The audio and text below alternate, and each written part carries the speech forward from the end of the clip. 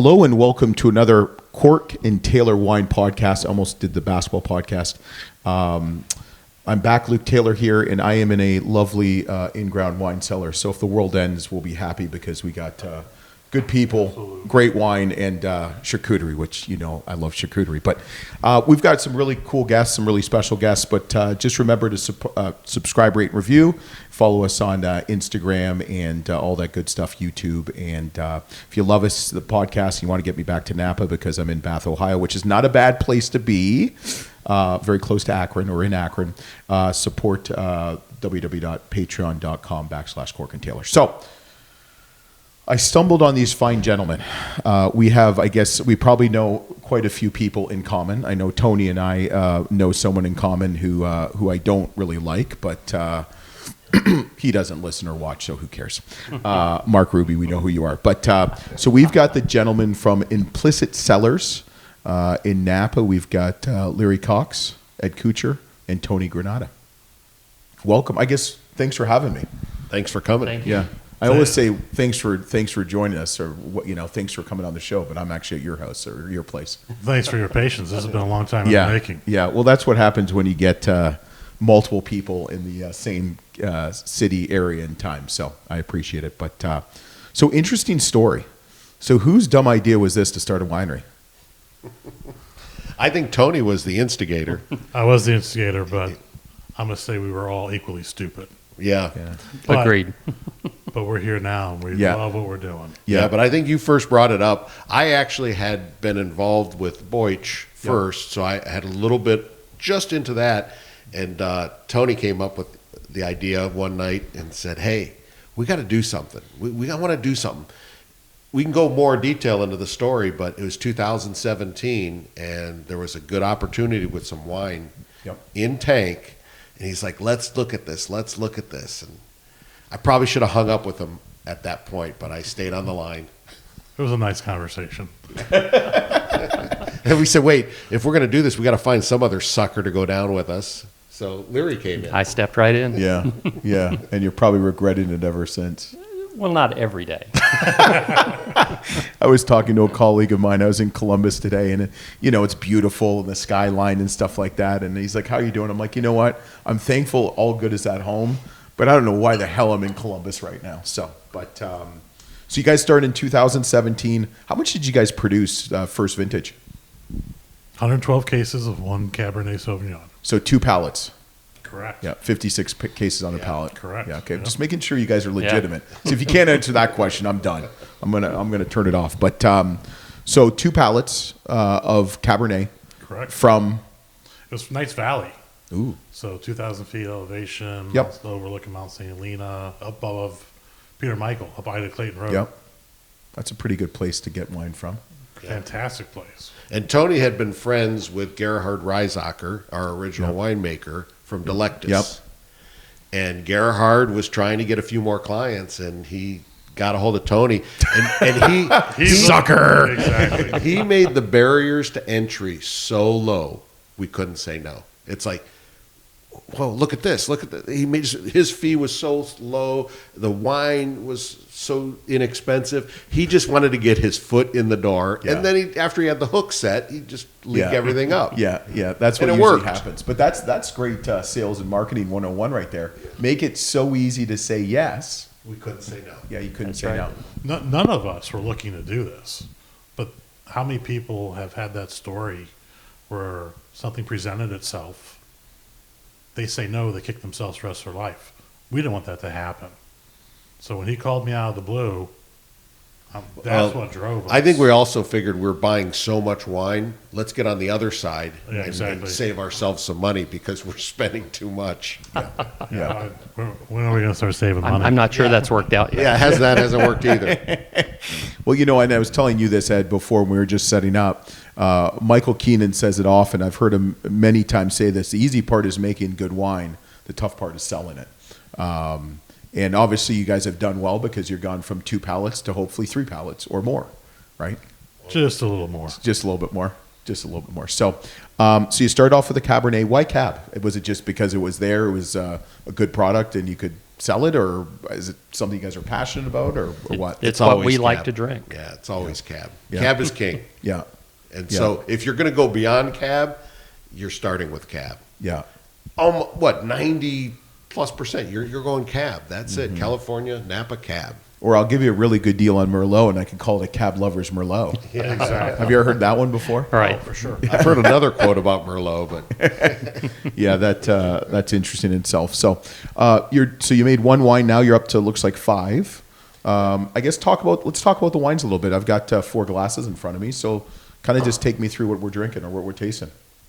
someone want to do the Chardonnay? Let's start there. Yeah, so our first one is Chardonnay Okay. from, what year is this? 22. 22. So this is from Petaluma Gap. It's unfiltered, unfined.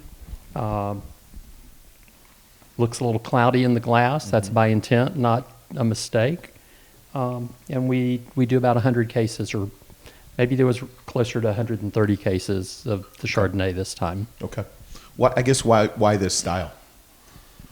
I am not a Chardonnay lover, and the first time I had an unfiltered, unfined Chardonnay, which was Boich actually, I'm like, oh my God, this is great. And I took that wine around to several people at different events, famous people. I remember Urban Meyer. I was at a party he was at, and he's like, I don't drink white wine. I'm like, trust me, just He seems like a white wine drinker. no, he's like, I don't. And he's like, Bad joke. I'll wait for the red. And I said, just try this. Try it. Fill up his glass, tries it. He's chasing me down for a refill before we get to red. It really is a different way of making wine. More mouthfeel, more structure, more minerality to me. So we all liked that. And we told Kirk, this is the style we want to do. And he's done a great job. A little more crisp and acidic than the Boich one, but I love this. It's very fresh. Yeah. This was just bottled 5 weeks ago, Yeah, 6 about weeks a ago. month, So this yeah. is Wow. still a baby in the bottle. You know, the one thing that resonated with me with the unfined and unfiltered, every single world-class red wine, they always put on the spec sheet, unfined, unfiltered. Yep. If you're buying the best red grapes in the world and doing that, then you switch over to the white grapes, why would you find and filter? Because they can see it and people freak out when they see it. Yes, that's the answer. But we're Because small and we can connect with the customers, the restaurants, and explain it. Like Leary said, this is by intent. You know, someone at a restaurant will send the wine back, not if we properly train them. Yeah. But that, you're right. So you got a discount on it, is what you're saying. I'm just kidding. Okay, I see where we're going here. Well, but I mean, that's the biggest thing. And I know Ed and I were talking a little bit is about education and teaching, because people, you know, when they associate Chardonnay, they think of Rombauer. I mean, I'm just being honest with you. Butter. Kendall Jackson, butter, oak, in your face. You know, they don't, it's got that perfect yellow hue and you know what to expect. Right. And I feel like Chardonnay is getting a resurgence because it's made how it should be made. It's not being manipulated to the masses. And if you only made 130 cases, you should be able to sell it, I would hope. Yeah. Yep. Yeah. People love it. It does go fast. You mentioned the heavy oak, the buttery taste. Interestingly, ours is 100% French oak, 66% new.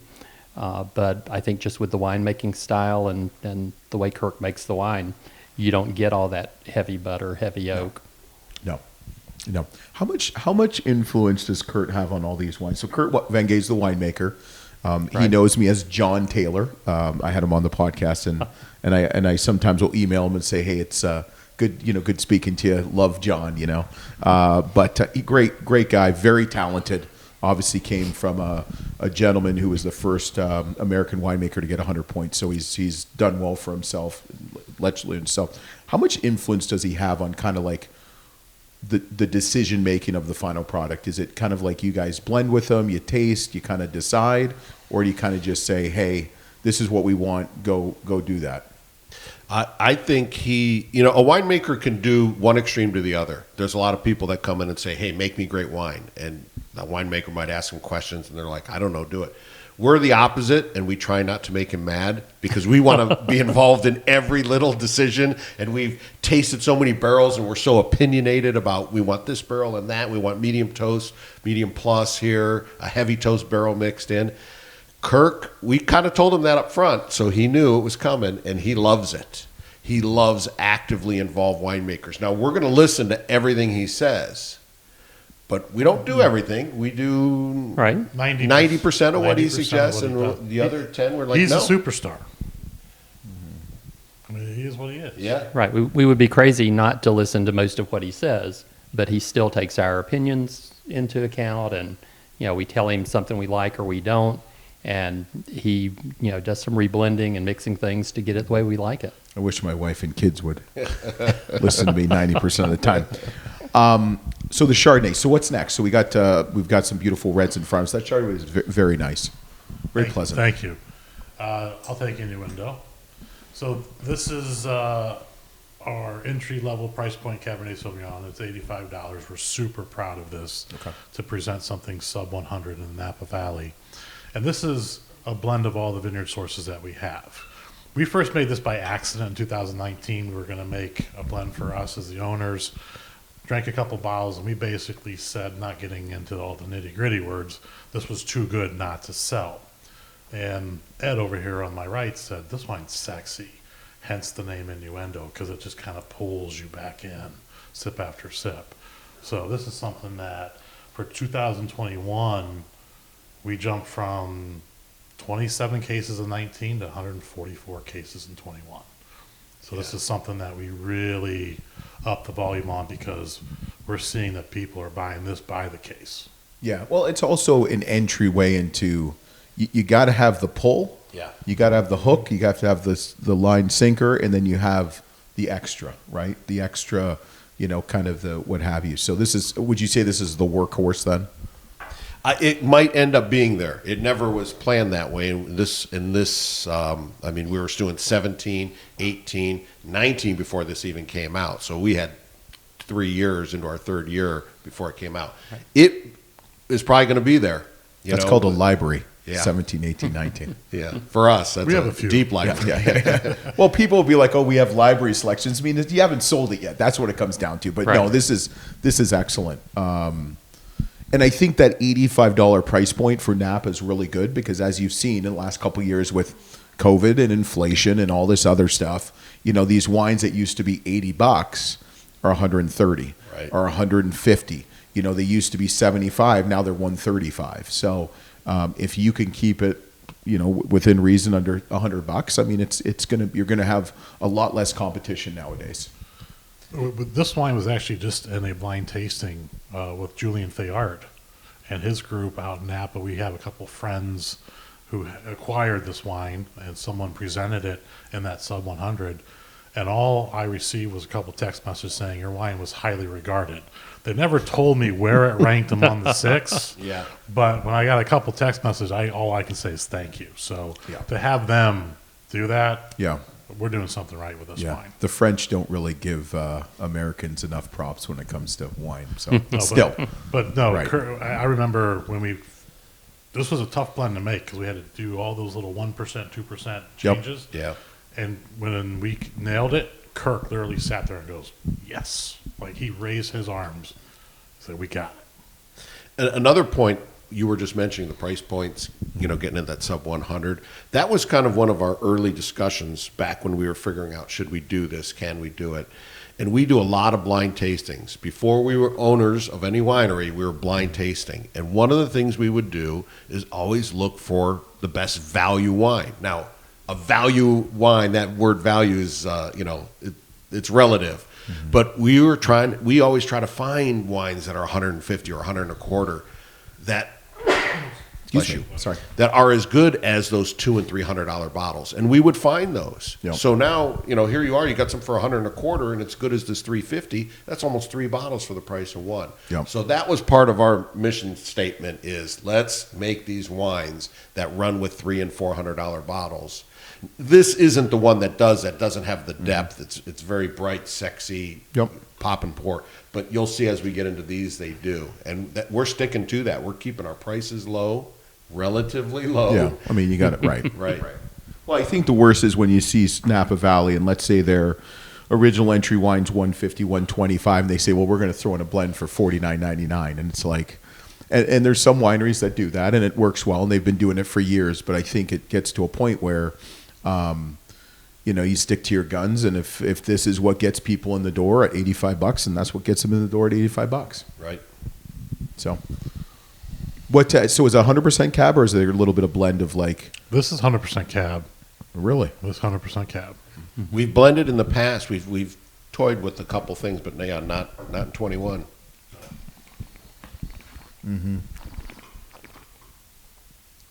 What is your favorite part of the wine business? What is your least favorite part of the wine business? Lear, I'm going to start with you since you're obviously quiet over there, and I think you're going to give me a really good answer. Wow.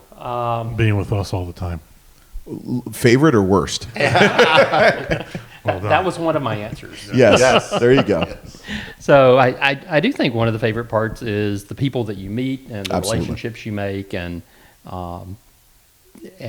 the opportunity to try and have so many good wines that I would probably never heard of or never had the opportunity to enjoy. I think it's been good for our families. It's been good for building our friendships and relationships. So that's been very enjoyable. Sometimes it seems like things move so slow, from we first bottled in 2017, or 2017 was our first vintage, but then for 3 years, all we had to sell was one wine every year, one and that's Privity tough. wine. Yep. And so until we got to the point that we could expand, it just takes a long time to get there. There's a lot of investment before you ever see returns. It doesn't. It just depends how much money do you want to throw how much pass do you want to throw at the wall, right? Yeah, I mean, that's the big thing. I mean, I see it all the time, and I was telling you about I'm going to consult and stuff like, and part of the reason is that it's just like you got to walk before you can run. So you're doing it the right way. You do one wine, then you bring in another.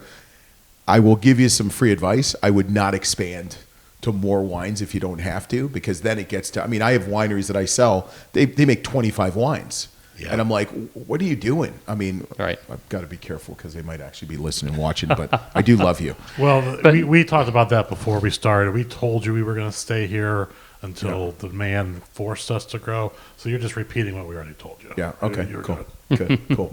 Okay. What about you, Ed? I would say my favorite part is just being involved and meeting everybody that we've met, meeting people in Napa. We meet plenty of people here through wine, and that always would happen, but we've met more people and different people. And the real connections you have with small winery owners, we have so many connections. It's amazing. And they're just real people. They're not pretentious. I'll text somebody and they'll text me back, and but it's a fun industry. It's challenging. Least favorite part, things, like you said, things move slow. For a couple years, okay, let's work on the website so we're ready to sell wine in 2 years, And I think one of the good things, though, as soon as we had deadlines, then shit got done, at that point. Yeah. But a lot of capital goes in, and we're waiting for some to come out. Yeah, I get it.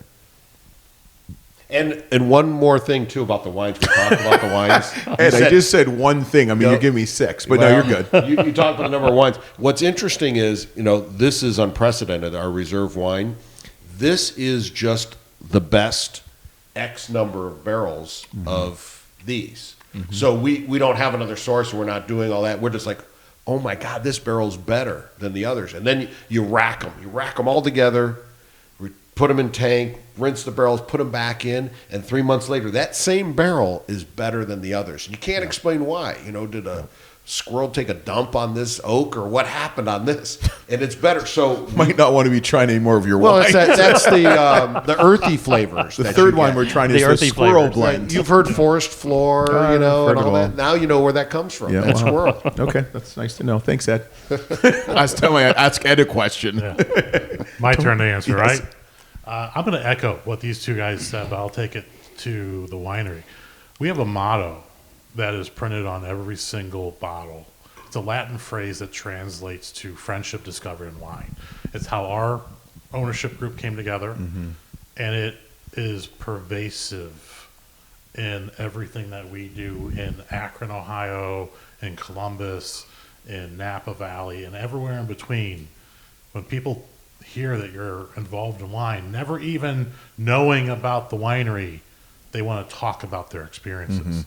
And so it really is that connecting. That's usually painful. Well, you know, Just kidding. I will say that a lot of times you just sit there and you learn how to say, you know what, you're right, you are correct, whether they are or not, because something that they're saying is correct, not to your extent that you may believe it, but it is what it is. Right. And that's also taught me how to appreciate every wine out there, knowing what's gone into making that packaging, the label, the corks.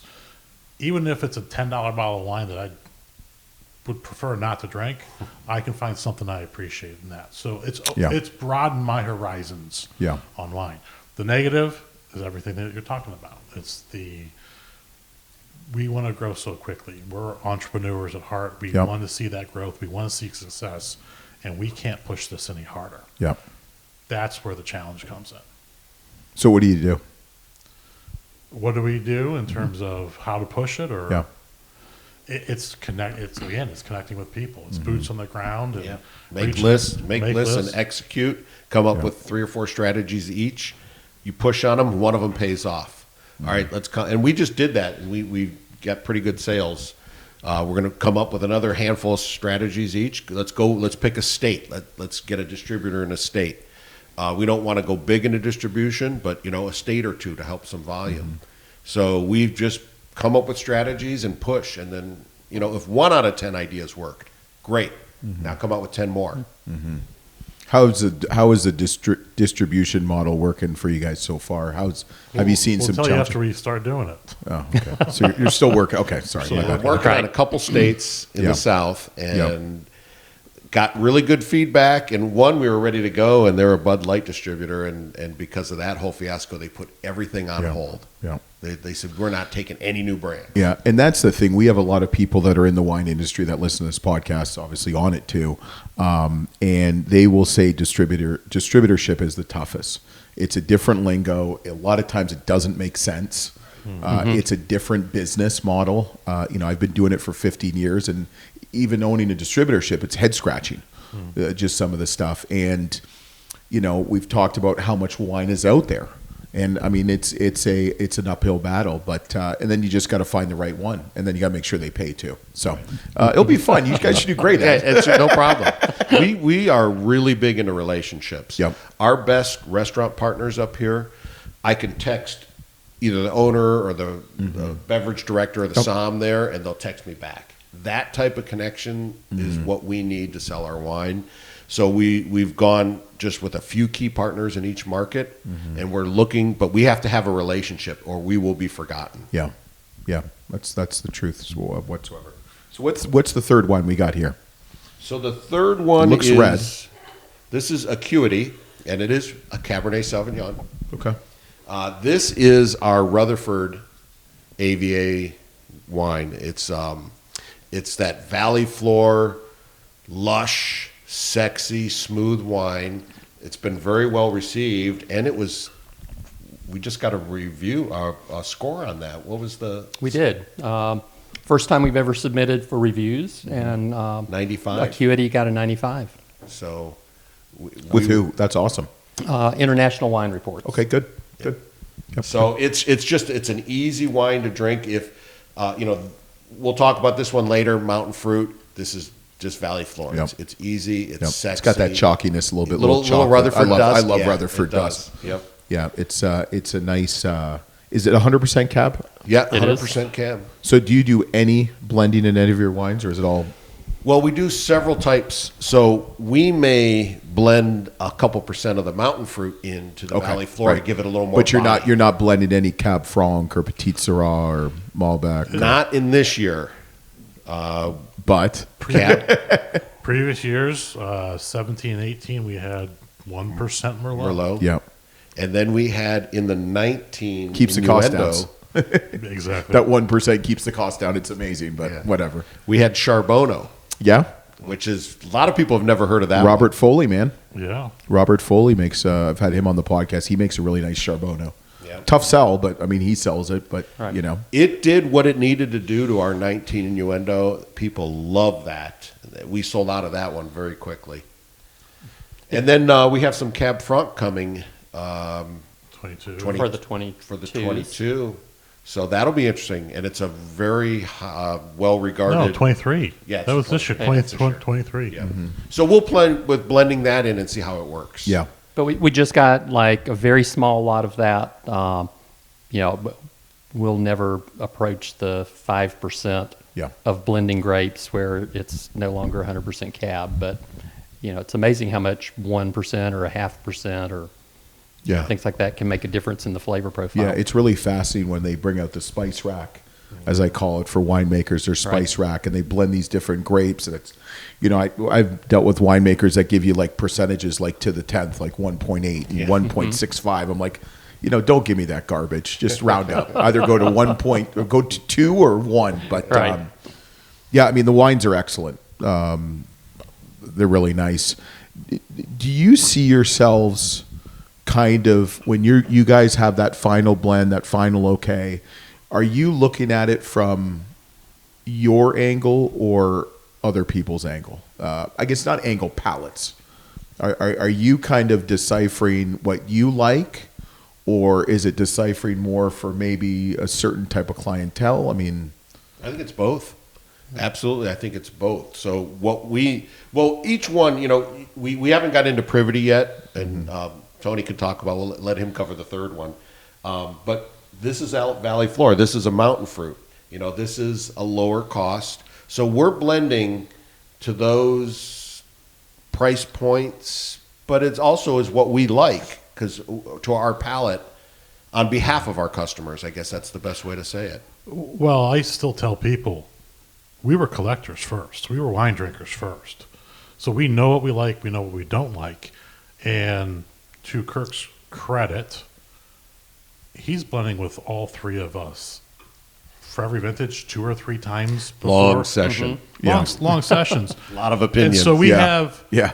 have 4 different palates blending the wine. If it passes 4 different people, because he and I don't drink the same wines every night. You and I don't drink the same wines every night.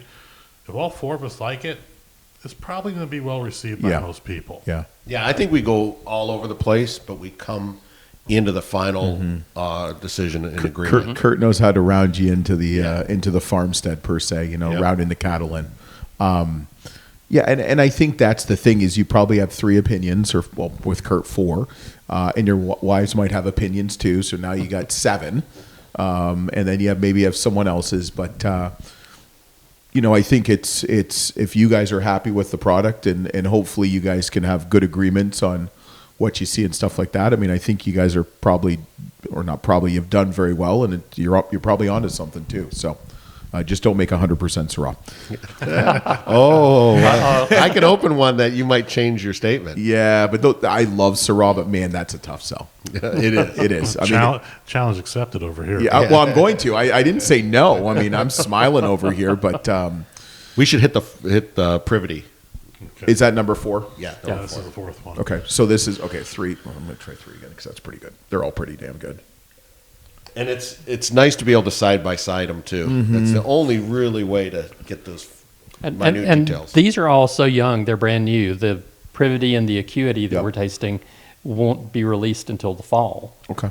So these things have So just I'm been getting bottled. the VIP tasting is what you're saying. Okay. We're getting the VIP taste. I think these are the first wines I've ever liked of Kirk Venge's. Kurt, Kurt, I hope you're watching or listening. It's John. Well, right. Sure, let him know. He'll think that John said that. Yeah, John. Yeah, exactly. My alter ego. He's such a nice guy. He is such the vanilla gorilla. Yeah. High school story. Yeah. Yeah. So I have a Patreon supporter called Angela Nadeau, and she's a huge fan of Kirk Venge. And I said, hey, I'm going out to interview Kirk Venge. You have any questions? She said, just ask him about vanilla gorilla. And that was like the first or second question, and he was just Who else? Aaron Pott even calls it. People call him Vanilla Gorilla still. I haven't heard that yet, so I'm Yeah, going to use that Vanilla next time. Gorilla. I mean, he's a large big guy, man, big tall, yeah. and he's Scandinavian. Yeah, I he's believe. got I mean, pale he looks skin, yeah. looks like Thor, and so he's got a good. And I guess he likes to drive fast too. But let's not go there. So let's talk about the fourth wine here. We saw it in his garage last time we were there, so. Yeah, we were not. He drives fast. So this wine is Privity. This is our flagship wine. It's the one Cabernet that we have been making since our inception in 2017. Privity is a legal term. Usually it's privity of contract. But we are kind of playing on that where this is the wine that we really do make for our own palates and for ourselves. So anybody who purchases this wine, we have Privity because we're sharing our wine with you. So there's Privity of wine. But again, going back up to the difference between the one that we just drank to this, mountain fruit, 1,800 feet elevation. what mountain? This is Diamond Mountain. Okay. Nice. Unfortunately, the fires did some serious damage to this vineyard, so we had negotiations with the vineyard owner, and with what needed to be done there, we couldn't wait long enough, so we had to. Yeah, we had to move on. It was a 1-year stop in a great vineyard. Yep. We landed in an arguably better vineyard. You think so? Yeah. In Diamond Mountain or somewhere? No. What other? Atlas Peak. Ooh, okay. So Nice. Yeah. But, this wine is gorgeous. I think we've done a great job going from the different price points. This is $135 versus the last one at $125. This is, in our opinion, a better wine than the Acuity, but it needs time. So this received 94 points. The Acuity is drinking better than this right now, Well, but I would love right. to see where this is going to be. Let's in talk 2-3 about in years. 5 or 6 years. Yeah. Right. Yeah. Yeah. Because they said this is the age-worthy wine. This is what we started to do this project for because we all lay our wines down. Yeah. These are to drink now. This is to drink now, 3 years from now, 10 years from now. 20 years. Yes. Yep. So if you want insight into what's in our cellars, whether it's our wines or not, this is what wine we're drinking. Okay. Okay. So let me ask this, Larry. What are if I asked you to pick 3 wines that you will drink the rest of your life, what are those 3 wines? And it can't be any of your guys' wines. Oh, wow. Just do brands. You don't have to do specific. Right. Let's see who you want to piss off today. Well, 3 that we would never drink the rest of our lives. I didn't. Ed, we talked about this off We air. did talk Yeah, about we that did. off. 3 that We I would named like 2 to of them. continue to always drink. Yeah. I'm trying to figure out who you guys are as people because you can tell a lot by what people drink. So probably one of my favorites, and I don't open it often because I only have a few, is McDonald. I really like Promise. Okay. Another Kirk Venge wine. Yep. Another Kirk Venge wine. Do you get a discount then on that? Shit. Do not. Did I Do not. Was that out loud? But I think that's a great idea if Steve's listening I got to your I podcast. got great ideas. Trade discount. I like Blanquier a lot. Oh, But, Yeah, but Mythicus. it's, Queen of Hearts. Is it the Queen of Hearts? Prince of Hearts. Prince Hearts. Prince of Hearts. That's a nice blend. Their Mythicus is really the one I like. It's harder to get. Okay. But those are 3. The 3. Okay. But, well, not the 3, but those are 3 of the top. I'll call you next week. Tony, give me right. your number. I'll ask him. It'll change. I feel like it's going to change like the wind. You could have said Boych because well, you're not involved. I also needed to say Boych Family Cellar. I only asked you 3. That's a 4. Right. The Syrah But- specifically. All right. And their 100% Syrah is All right. outstanding. Okay. All right. I believe it. Ed, what about your 3? And it can't be Boych or Implicit. Okay. First one's real easy. Scarecrow. I've been on their list. I think I missed the first vintage. I was a kid going through an airport, and I was at a layover in Charlotte Airport, and I'm reading this magazine, and it says something about this wine, so I signed up then. And I mean, I have a vertical of Scarecrow you wouldn't believe. But it's not just, it's a good wine, and it's expensive, and everyone wants to have it. It really is phenomenal. By the way, the Acuity is adjacent to where Scarecrow Vineyard Nice. is. So, Nice. Nice plug. good Nice neighbor. plug. It's from a Nice, good neighborhood. nice. So Neighbors. so talking about Scarecrow, I've never had it. Okay, in finished form. So we good friends of ours are the Laird family, and they Scarecrow custom crushes at the Laird family.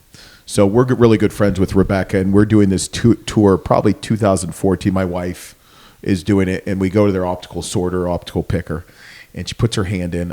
I don't know if I should tell you the story because they probably lost a couple of grapes from it, but she puts her hands in. She's like, "Try these grapes," and I had an aha moment. And I've been in the wine industry for years since then,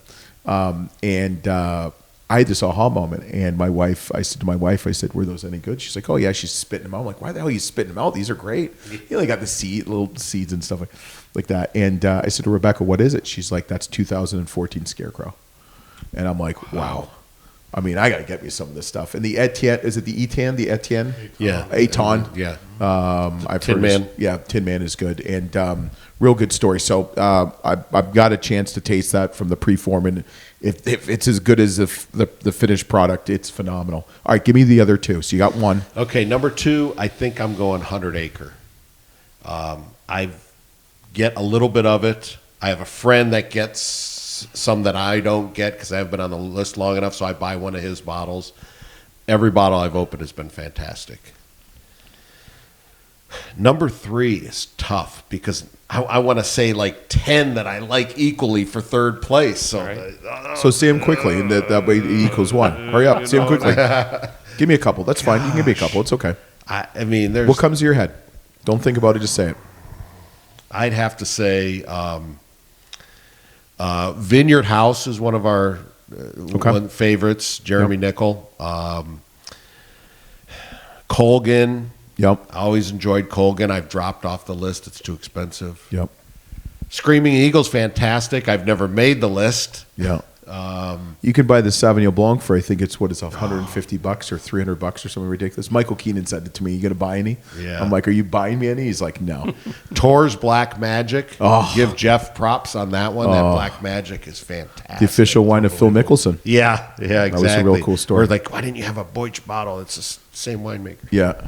Well, Phil's and I'm gonna say one. Phil's buddies with Tor. That's why. I'm going to break your rule here. Okay. I'm going to bring up a Boich wine. No, you can't. You can't. Perennius. It's a blend of the best barrel Okay. from the best vineyard. So it could be a barrel of Tokelon, Missouri Hopper, all Okay. famous. Yep. I That's go stuff, through yep. with Jeff and we find the best barrel and we take 4 best barrels and we make 100 cases of it. 99 points our first year. So Nice. I'm breaking your rule. I'm mentioning Okay, that one. that's fine. All right, Tony, we finally are getting to you. It gave me time to We think just ran about out. it. It gave The me time tape to is think. full, actually. I think we need to put another tape in.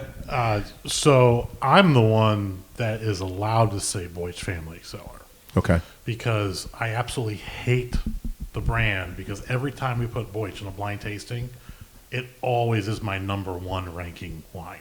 I don't know what it is, but every single time Boich is in a blind, that's mine. And so with you two giving a couple, I had time to think of other ones that we didn't mention. And of course, they're friends of ours for the most part because the relationship that you talked about earlier, Yep. we support people who support us. Yep. Zakin on Howell Mountain. Jan. Absolutely. Zakin, John. Never heard of it. Zakin's phenomenal. Philippe Melka wine. Okay. A little pricey, but Yeah. good. Yeah, it's one of the, Like it's one of over the- 50. Yeah. Little bit. You know, I tell people because we get a lot of people coming to us saying, "Where should I go?" And I love playing concierge for our clients. Sometimes we bounce it off each other as well. And I say to Zake, I go, "It's expensive, but every time I open a bottle, I wish I bought more." Mm-hmm. So it's one of those. I do agree with Scarecrow. I agree with McDonald. But another one that I don't have a lot of, but we all kind of buy occasionally, is Van Gogh. Yeah, Van Gogh's fun. Mark Davidowski, he has a gorgeous vineyard at the top of Soda Canyon Road. Yep. The first time we were there, we were like, where are we going? Yep. And I started to beg him basically, like, do you have any fruit available? Like, we hadn't even started drinking his wines yet. Like, do you have any fruit available? Because I wanted. I think I saw your face on a sign that said cease and assist if we see this man on Absolutely. Soda Canyon Road. Yeah. Right at the gate. Yeah, absolutely. But besides Boych, I think those two are phenomenal. I love the small boutiques. We have other friends out there. But it's a different, I mean, let's be honest, it's a different level of wine when you're dealing with the small boutiques. Yes. It is. If it's a bad year, they're probably not going to produce it. Right. If it's, they're always, because they can't afford to have a bad year. So it's always going to be consistent. And that's what I tell people. Like, what do you drink? I said, I drink wines like you guys that I have relationships with. But it's also, there's wines we sell. I don't have to taste them every year because I know they're going to be good. They wouldn't. I insist on Right. tasting them every year. Really? Well, I mean, If you want me to talk about your wine, you better pour me some. yeah. Okay. Seems like you're a cheap date, Ed. So those are some pretty good ones. All of them, I mean, again, you're telling us to pick 3 wineries that we're going to drink. We're going to pick the best of the best. Yeah. We have other ones that we would choose if you wanted more of a Tuesday night wine. All right, give me a Tuesday night one. Innuendo. Okay, not yours. Oh, okay. Not Let's stop. Actually, the Bon Cristiani brothers? Yep. OPC. Yeah. They're Old Oscar OPC, but they do a Meritage for their club members. Okay. I'm still a club member. It's just a little, I think in my opinion, a little bit higher end than OPC. Yeah. Yeah. That's great. Their cab is fairly priced, so yeah. You just don't see. I mean, they used to have distribution in Ohio. Now you just never see them.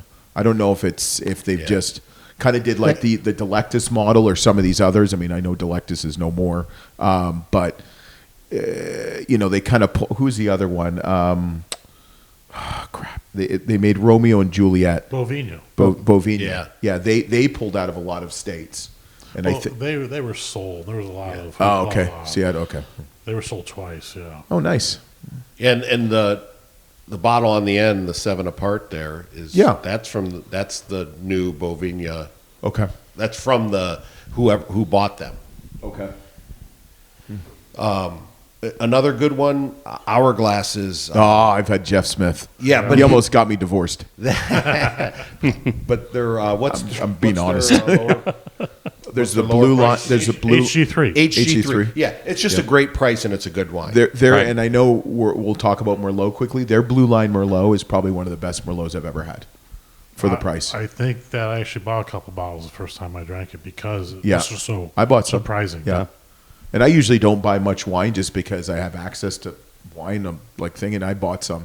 The HG3 is good. It's consistent, for $50, $50, you can't go wrong. Yeah. Have you guys ever thought about kind of entering that lower market, or are you guys sticking to your guns? Well, our attempt was Innuendo, and you see where we landed. We actually initially landed at 75, and then it sold out so fast Yeah. we raised it to 85. We had to Yeah. because 19 was an accident. Right. 20 And 20 didn't 21, exist. Yeah. We didn't make wine in 20 except for the Chardonnay. Very few people made wine in 20. yeah. Very few. I've Yeah. seen a few that surprised me that they did. Like Keenan made 20s, but he was ahead of it. He picks on acidity, not sugars.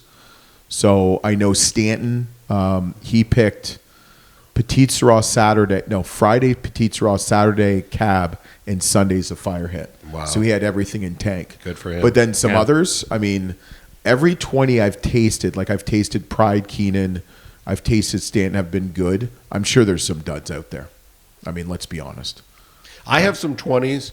Kirk actually made a 20. He got Tokalan grapes and at a giveaway price. Yep.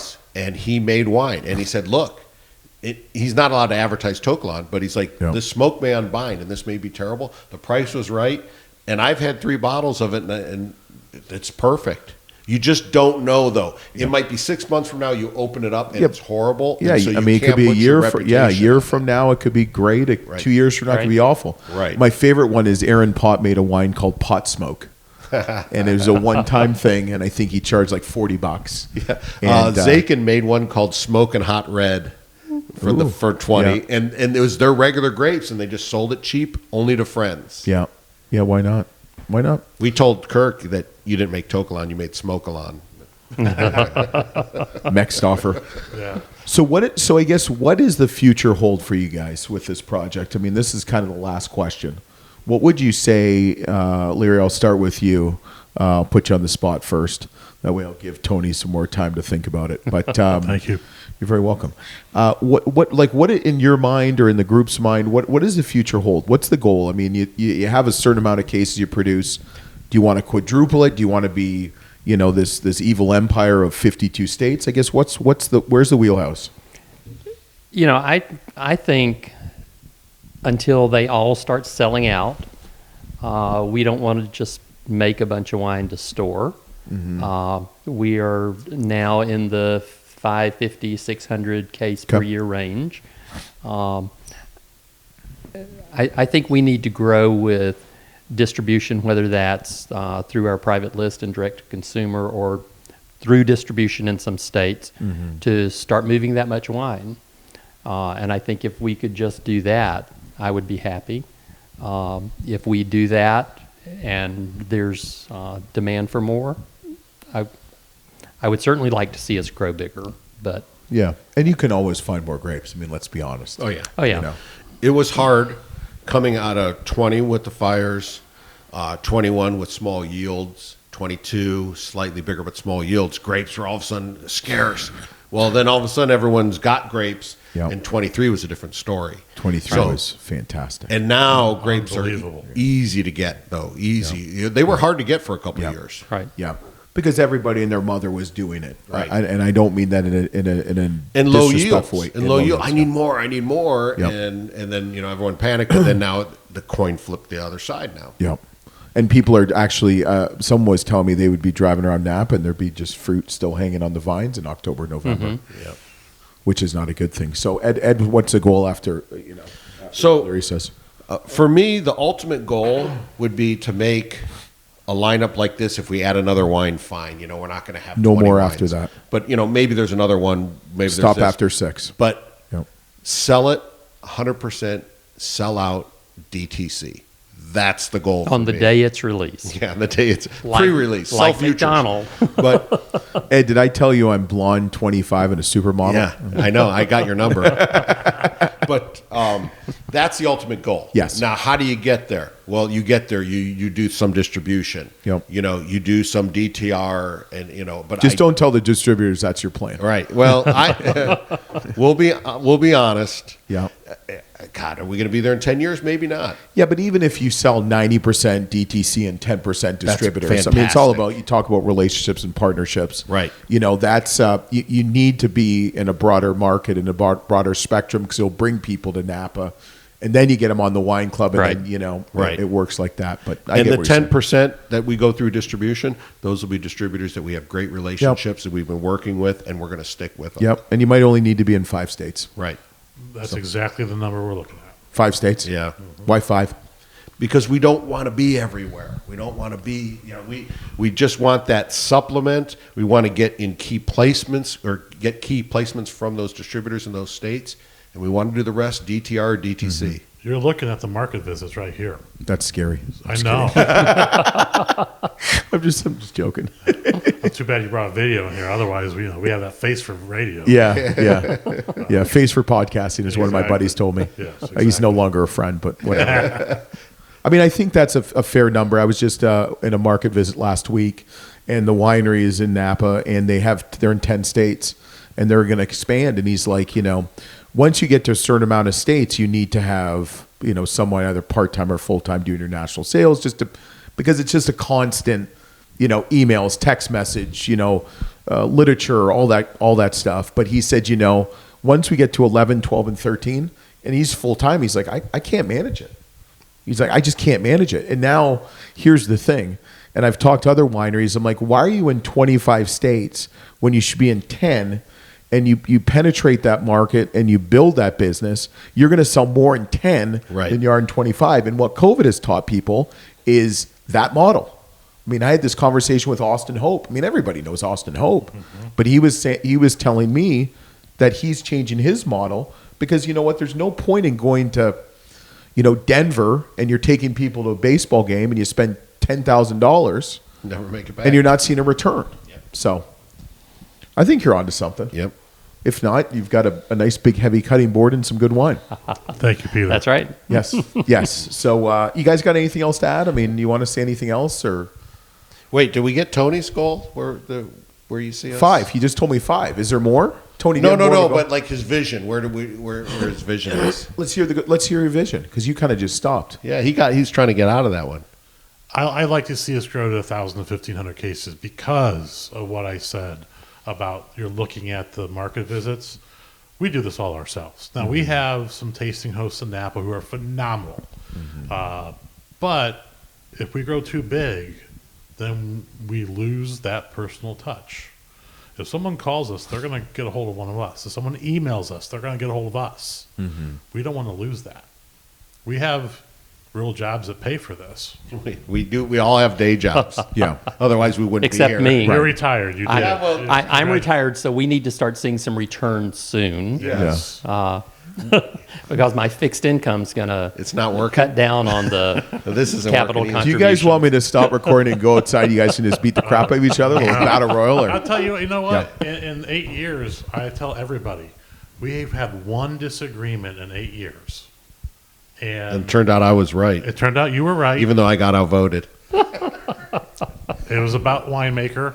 We weren't ready for Kirk at the time. I was. You were.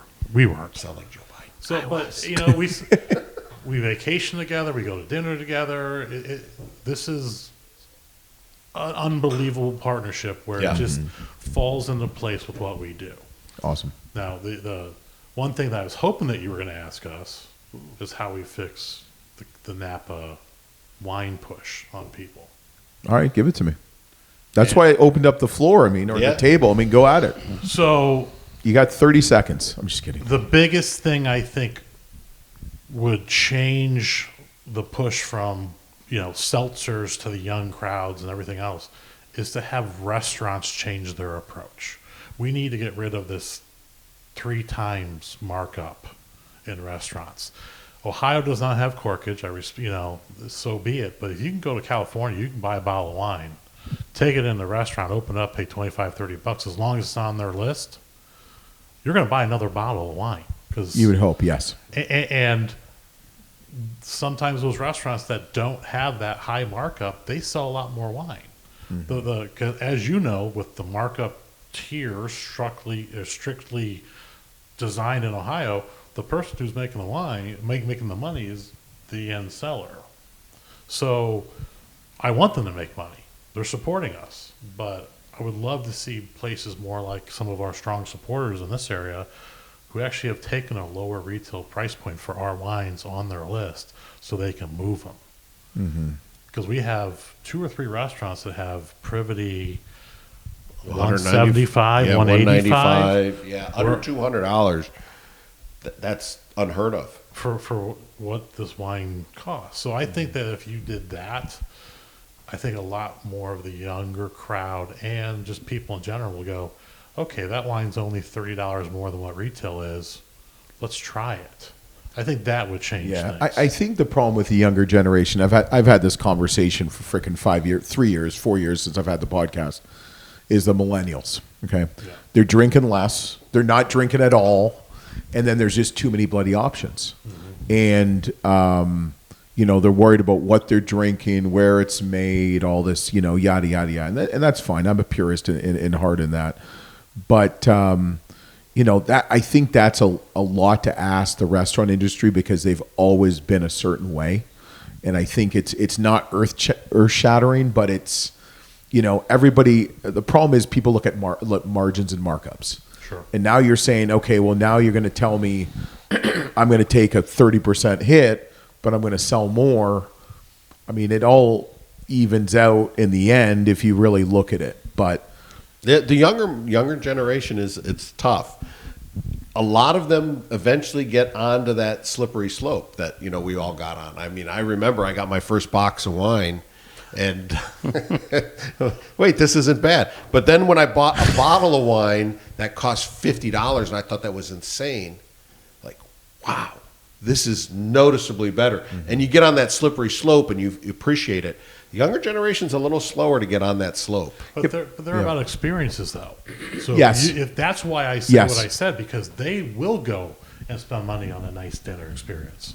So if you can supplement that experience with a really nice bottle of wine that is around retail, I think that would start to change that younger crowd faster and quicker. We are in Ohio, right? Yeah. I'm from Canada, so I can say that. You're right. I do not disagree. I think also too, wineries and events have to change.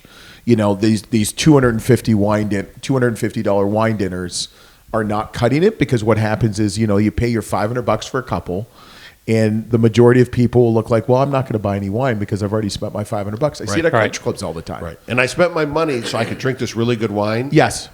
But that's it. I spent my money. Don't expect me to And buy then I'm going to anything. buy a case. Right, yeah. And then you don't Yeah, buy a yeah. case. So I think there's a lot of things that can change, but people have to be receptive to change.